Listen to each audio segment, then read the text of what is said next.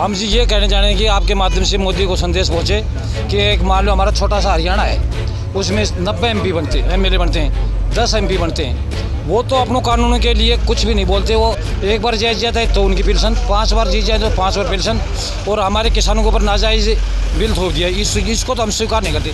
लेकिन मोदी जी को और खट्टर जी को ये कह रहे हैं कि इनके बारे में अपने बिल लाएँ और इन कानूनों को वो भी अपने वापस लें, तो हमें कोई कठिनाई, हम अपने बिलों को वापस ले लेंगे। तो आप ये कहना चाहते हैं जो ये सैलरी ले रहे हैं, हाँ, 10-10 बार सैलरी ले रहे हैं, इनको कानून कट बंद होनी चाहिए। इनकी सैलरी बंद, जब तक ये काम करें, इस पद पर रहें, इतने अपनी तनख्वाह लें, उसके बाद अपनी पेंशन इनकी नहीं होनी चाहिए। इससे देश का भी भला होगा। ये अंग्रेजों से भी बत्ती राजा बन के इनका पेट ही नहीं भरता कभी भी। दोनों हाथ अपने लाडू में रखते हैं। इधर भी जब पार्टी हारती दिखते दूसरी पार्टी बच जाते, वो हार जीती दिखते उसमें आ जाते हैं, वही चट्टे बट्टे रहते हैं।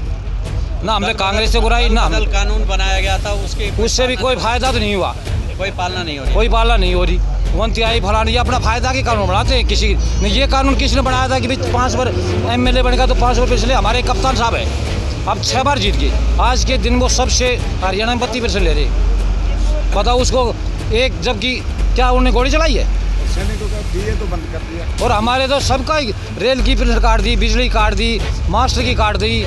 जो भी कर्मचारी है बेचारे वो 58 साल तक सेवा करता है, वो तो निस्वार्थ अपने खाली हाथ आता है। और ये अपने 5 साल बैठकर और अपने मौज मस्ती लेते हैं, गरीबी का खून पीते हैं। हम से आपके माध्यम से ये कहना चाहते हैं कि ये और भारतीय किसान यूनियन का हल्का प्रधान कोसली, क्या संदेश देना चाहते हैं सरकार को, क्या कहना चाहते हैं? हम ये कहना चाहते हैं कि सरकार ये काले कानून लाई है, इनको ख़त्म करे और किसानों को अपने घर जाने की अनुमति दे। ये 2 महीने हो लिए बॉर्डर पर पड़ रहे, 125 के करीब हमारे किसान भाई शहीद भी हो गए हैं और उनके परिवार वालों का बुरा हाल हो रहा है। और सर्दी का मौसम है, बारिश भी हो रही, बुरा हाल हो रहा है। तो इन काले कानूनों को मानकर किसानों को अपने घर वापसी का संदेश दे। और ये जो सरकार ने काले कानून ला रखे हैं, इनको वापस करे। इससे आम जन दुखी हो रहे हैं, बड़े बूढ़े दुखी हो रहे हैं। और मैं तो यही चाहता हूँ, मैं जाट गंगाचा से इस धरने पे 19 दिन से बैठा हूँ और बड़ी बड़ी कृपा होगी। ये मोदी साहब इस कानून को रद्द करे, इससे किसान भी दुखी होंगे, आम जन दुखी हो रहे हैं। धन्यवाद।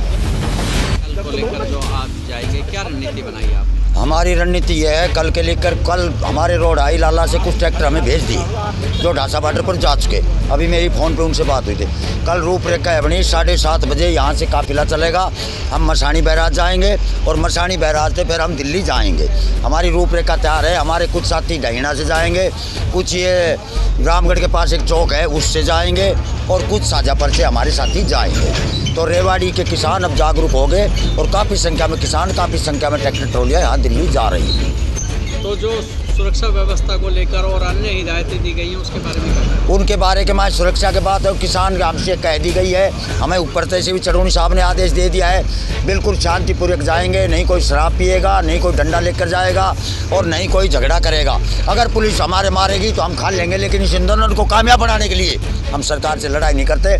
इतना महत्वपूर्ण आंदोलन इतिहास में पहली बार है। अगर हम गुरुराती होते, हम शरारती होते तो ये आंदोलन इतना लंबा नहीं चलता। आपके वॉलंटियर्स की व्यवस्था की गई है? वॉलंटियर की व्यवस्था हमें कुछ साथी तैयार कर दिए गए हैं, वो अभी मसानी बैराज पे बैठे कुछ सीख रहे हैं, वो भी हमारे तरीके से। यहाँ पर जो किसान बैठे हुए थे वो कहाँ चले गए और क्या रहा? ऐसा है, आप लोगों को पता होगा कि 26 तारीख के लिए हमने पहले से ही घोषणा की हुई और सभी को हमने ये कहा हुआ है कि खेड़ा बॉर्डर नज़दीक पड़ता है, खेड़ा बॉर्डर से जाओ, साबी पुल नज़दीक पड़ता है, साबी से जाओ, यहाँ नज़दीक पड़ता है, यहाँ से। हमारे सब लोग सुबह भी यहाँ आ करके अपने ट्रैक्टरों की तैयारी में चले गए। हम उस तैयारी में लगे हुए हैं और हम बहुत ज़्यादा उत्साहित हैं।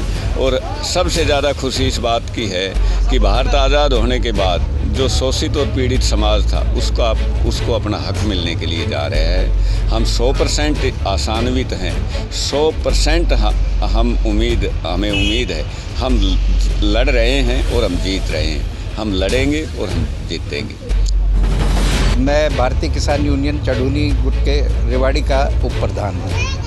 मैं कहना चाहता हूँ कि इस बार का जो किसान आंदोलन है वो देश की आज़ादी के बाद एक ऐतिहासिक आंदोलन है।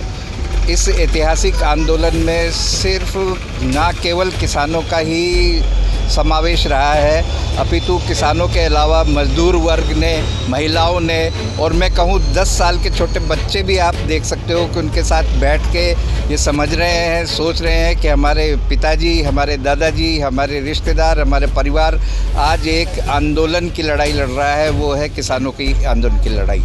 मैं बताना चाहूँगा कि जो हमारे एक पूर्व प्रधानमंत्री हुए लाल बहादुर शास्त्री जी, उन्होंने 1965-66 में एक नारा दिया, जय जवान जय किसान। आज इस किसानों के इस 60 दिन के आंदोलन ने उस नारे को भारत के इतिहास में सार्थक करके सुनहरी पन्नों में लिखवा दिया है।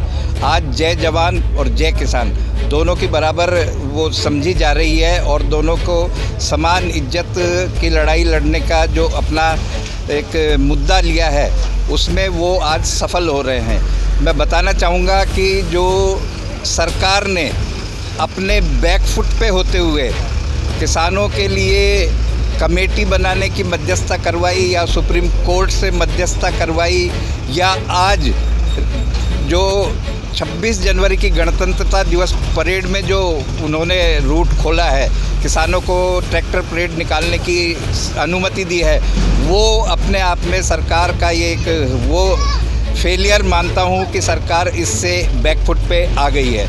मैं चाहता हूँ या मैं सोचता हूँ या मेरे किसान भाइयों की तरफ से कहना चाहता हूँ कि अगर ये आंदोलन इसी तरह से आगे चलता रहा तो कल जैसे राकेश टिकैत जी ने भी कहा, एक केसी त्यागी जी है उन्होंने भी कहा, एक बद्री लाल जी है जो आरएसएस के किसान संघ के जो आदमी हैं बद्री लाल जी, उन्होंने भी कहा कि किसानों की जो जायज़ मांग है एमएसपी को कानूनी मुद्दा बनाना, ये सरकार को करना ही करना पड़ेगा। इसको सरकार को तुरंत कर देना चाहिए, जिससे कि जो कानूनी 3 काले कानूनों को वापस करने की जो बात रही है या कमेटी बनाकर उसमें संशोधन करने की बात रही है, तो इस पे किसान भी अपना खरेदीसाठी त्या ठिकाणी उत्तर पाहिजे या शेवटचा पर्याय आणि हे काम आम्ही लोकांनी केलं।